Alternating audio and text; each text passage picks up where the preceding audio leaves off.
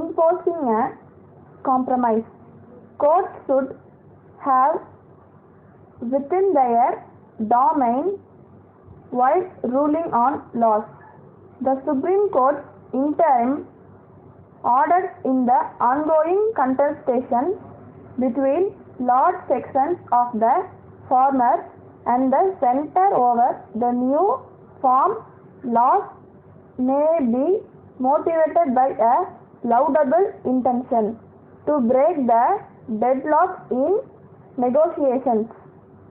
However, it is difficult to shake off the impression that the court is seeking to impose a compromise on the former unions.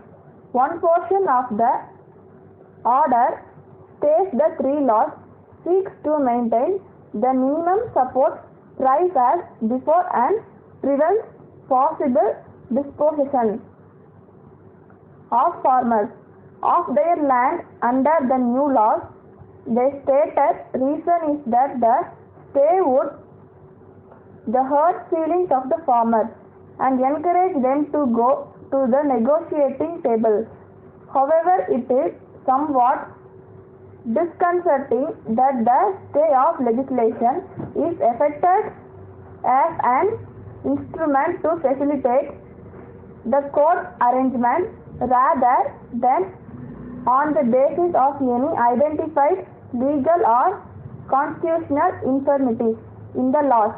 The order forming a 4-member committee may indeed help relieve the current tension and allay the government's fears that the Republic Day celebrations may be disrupted, but it is not clear if it would help the reaching of an amicable settlement as the Samyukt Kisan Morcha, the umbrella body spearheading the protest, has refused to appear before the panel. The court approach raises the question whether it should traverse beyond its role and pass judicial orders of significant import on the basis of hope and meditational zeal. The court did not make its position amply clear during the hearing, with the Chief Justice of India, S.A. Bobde, faulting the centre for its failure to break the deadlock arising out of the weeks-long protest by thousands of farmers in the vicinity of Delhi, demanding nothing short of an outright repeal of the laws.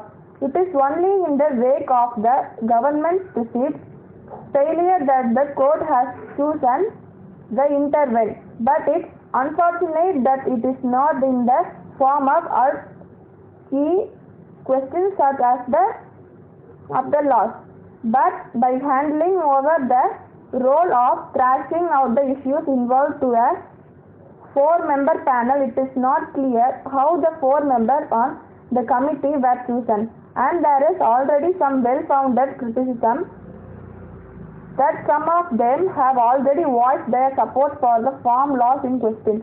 The court wants the panel to give its recommendations on hearing the views of all stakeholders. Here the exercise could turn tricky. How will the court deal with the possible recommendation that the laws be amended? It would be strange and even questionable if the court directed Parliament to bring the laws in line with the committee's view. While a negotiated settlement is always preferable, it is equally important that judicial power is not seen as being used to dilute the import of the protest or delegitimize farmer unions that stay away from the proceedings to the panel or interfere with the powers of Parliament to legislate. Thank you, The Hindu editorial. Thank you, Anbumadi.